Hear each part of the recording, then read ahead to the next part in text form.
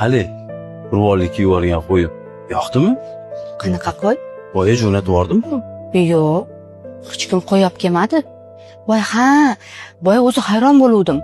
Qo'shnimizga kimdir qo'y olib keldi. Menimcha adashib olib kelib tashashgandir. Boring adasi, qo'yimizni olib chiqing. Mayli, men hozir.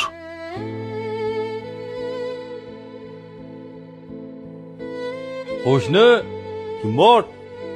Keling. Salom alaykum. Qo'shni, yaxshimisiz? Ha, qo'shni. Bugun juda xursandsiz. Alloh mehribonchiligini ko'rmaysizmi? Uyimizga anchadan beri go'sht kirmasdi.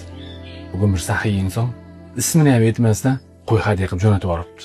Bolalarning xursandchiligini ko'rmaysizmi? Kiring uyga bir yaxshi ovqat qilib gaplashib o'tiramiz. Xudo xolisa keyingi safar. Xo'p, mayli, chiqinglar. Ha, adasi nima bo'ldi? Nega qo'y olib kelmadingiz? Yonimizda shundoq muhtoj qo'shnimiz bor ekan, bilmay yurgan ekanmiz.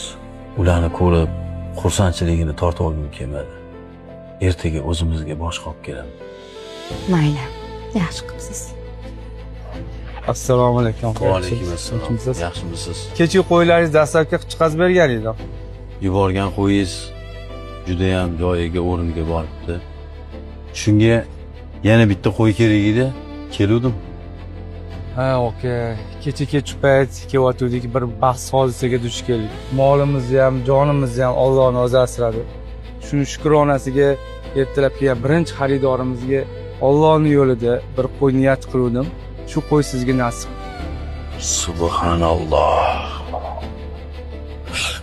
Alloh bunchalar mehribonsan.